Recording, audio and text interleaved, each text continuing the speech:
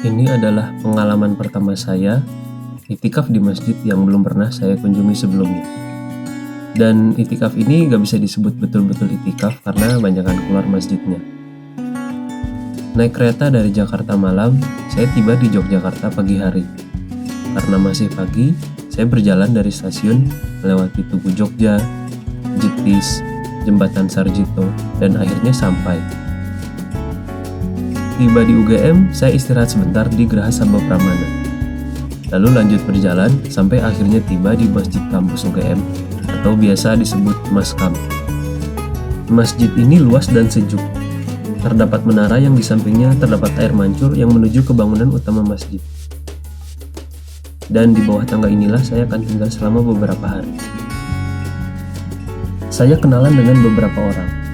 Ada Mas Yuli, kalau tidak salah dari Sragen, sekarang bekerja di Yogyakarta. Ada dua pasutri muda yang itikaf juga di sana. Mereka asli Jogja.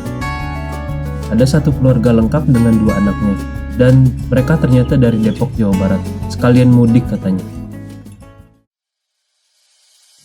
Kegiatan di sini bermacam-macam, mulai dari sholat wajib, tarawih, sholat tahajud berjamaah, sholat sunnah.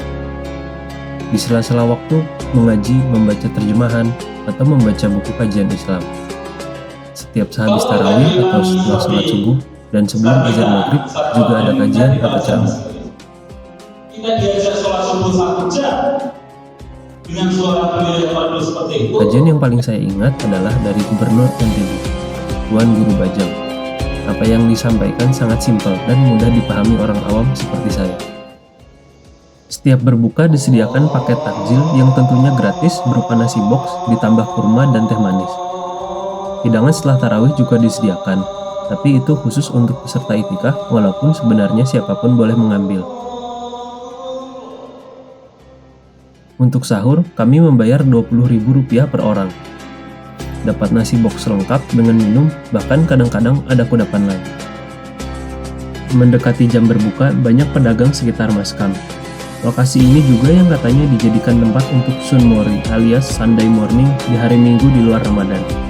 Sunday Morning merupakan pasar terbuka untuk siapa saja yang ingin menjual barang dagangannya. Selama itikaf, saya mencuci baju ke laundry sekitar masjid karena laundrynya di masjid lumayan mahal.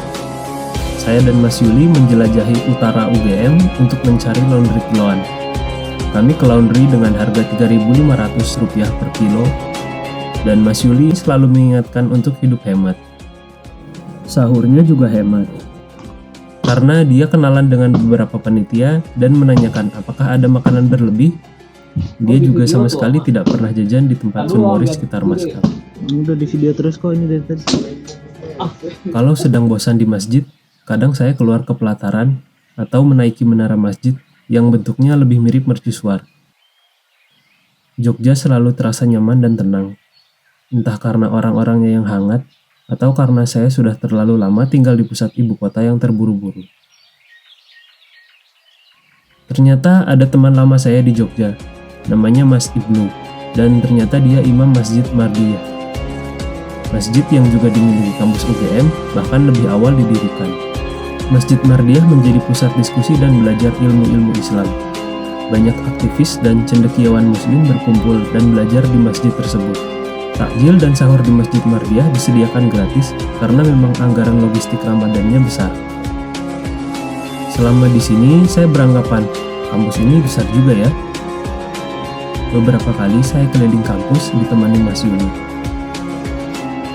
Mas Yuli terheran, ada orang terkagum melihat gedung-gedung tanpa penghuni.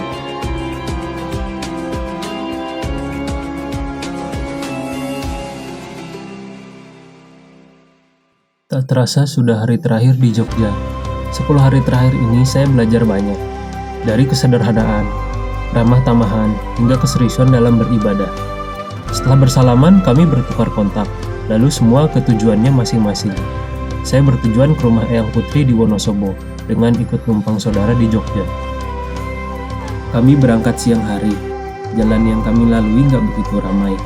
Ke arah Magelang, kami melewati Sleman, Salam, dan sebelum sampai Borobudur, kami berbelok melalui jalan kecil, melalui Silento, tembus di pertigaan Pasar Kretek. Sedikit lagi kami sampai di Wonosobo. Kota yang sekarang lebih ramai penduduknya ini akan bertambah ramai lagi dengan kami pemudik yang datang dari berbagai kota. Kota yang tetap sejuk walaupun semakin ramai ini, mungkin beberapa tahun lagi tidak akan terasa sejuk jika semakin banyak kendaraan motor dan bisnis besar yang bermunculan.